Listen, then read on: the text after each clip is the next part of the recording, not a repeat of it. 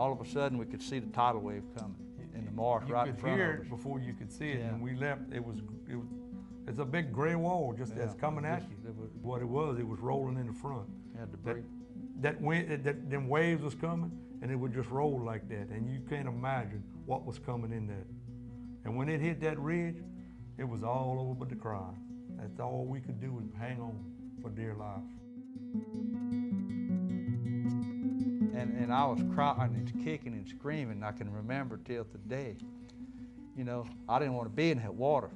We were holding on to the grass all we could. Ma had my daddy's belt, my mama had his daddy's belt, my daddy's belt, and she had my sister holding on, and she was holding on to the grass. Wave after wave, after wave, after a while my daddy's belt break. Okay, so I'm just floating on the edge of that pond, just like I'd be standing on that, half my feet on the bank and the other half on the pond. And I looked, and there was just him there. My mom and my sister was gone.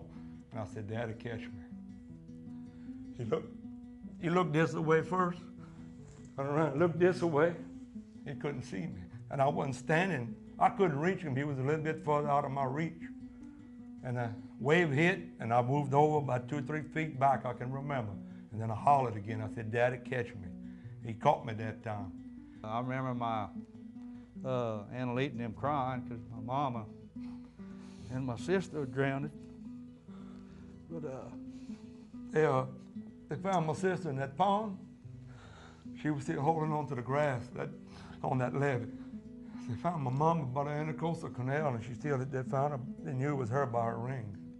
That's how they found her. It was bad.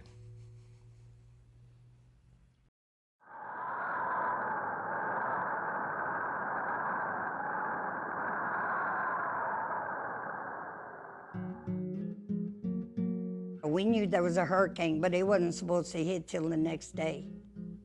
We got on 2x4s of the roof of the house. We had to straddle our legs, and I was black and blue from my hip to the tip of my toes. That old Gulf water was warm, but the rain was really cold. And every once in a while, you'd look to your side and you could see that wave coming. This is June, Frances June. She was 3 June the 8th. This was taken for her birthday, and this one too. And she died June the 27th of 1957. June's shoes is red because there was some little red flowers in her dress. And she had curly hair. They put her body on a piece of a door, and we kept her there all that night. God didn't want me. He took the ones he wanted and left us to tell this story.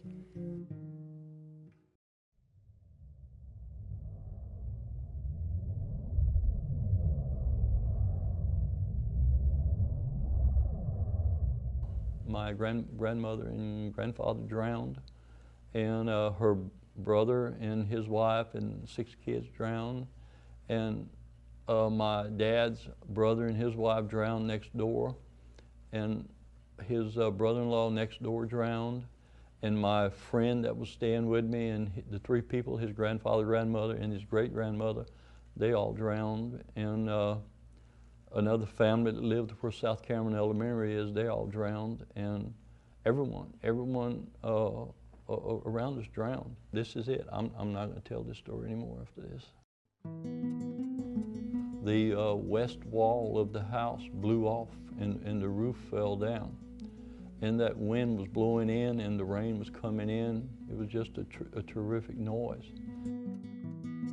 My dad tied my 2 sisters and my mom together because we figured that we weren't going to make it, and whenever they found them, that they wanted to find all 3 of them together.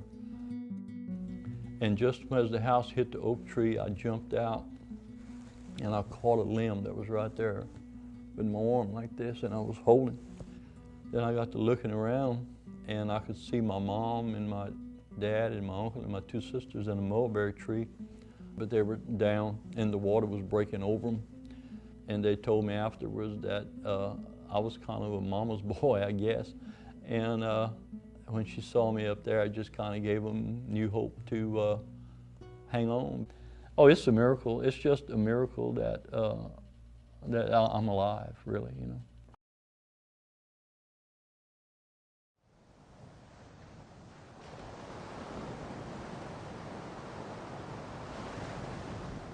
It was the most horrible day of my life.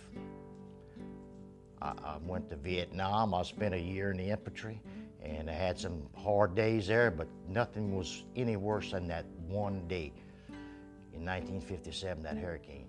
That was, I was sitting by the kitchen table, and all of a sudden I heard the loudest crash, you know. The picture window was just shattered, and there was nothing but a wall of water coming through it. All of a sudden, the ice box came floating in front of us, you know. And that's when my mom said for us to grab the ice box. Grab the ice box and hold on to it, and it ended up being our life raft, I guess you could say, you know. They had a row of cedar trees that were fully grown at the time. I'd say they were probably close to 15 foot high. I remember we scraped the top of those trees, just like he was in the ocean, you know. Ever so often a big wave would come by, you know, and the refrigerator actually rode it pretty good, you know. It just rode on top of the wave and everything, you know. My grandmother let go of the refrigerator, and I looked back and she was floating off, her eyes were open. I remember calling out to her, you know, Mama, grab my hand, you know. She didn't answer anything like that. But my mom said, she said to let her go, because you can't help her. And that's the last I ever seen of her.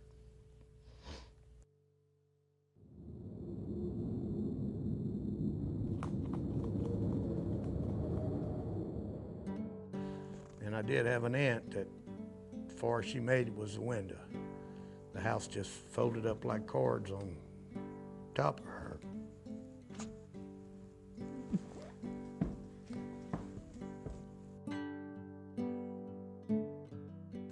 Well, she was the first one. And then that pantry started going apart. And then everybody just started sliding off in the water.